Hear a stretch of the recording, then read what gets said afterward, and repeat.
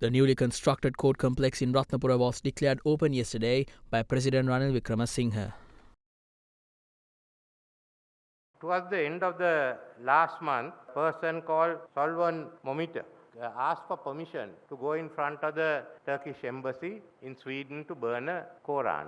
The police refused permission. The Supreme Administrative Court gave permission, claiming it's a right of expression. Police acted on the basis it's on the right of worship. The Supreme Administrative Court said it is the right of expression. After the burning took place, there was a big outcry. Sweden got pressure from all the countries. We all had to deploy it. We all denounced it.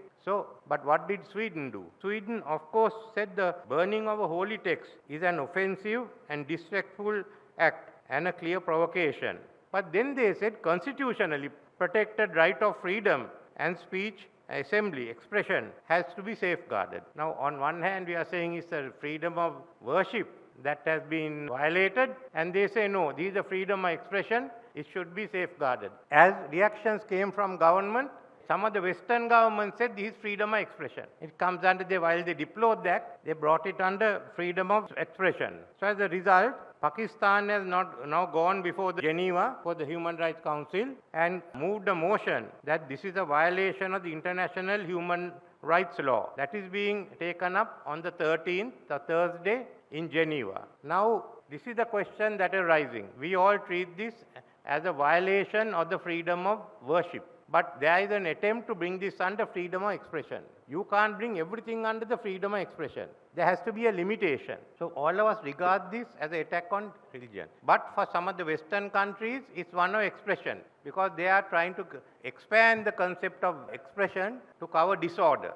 And as a result, they feel that their values, the Western value system has to be imposed. What we are asking the human rights in Geneva is, why are you silent?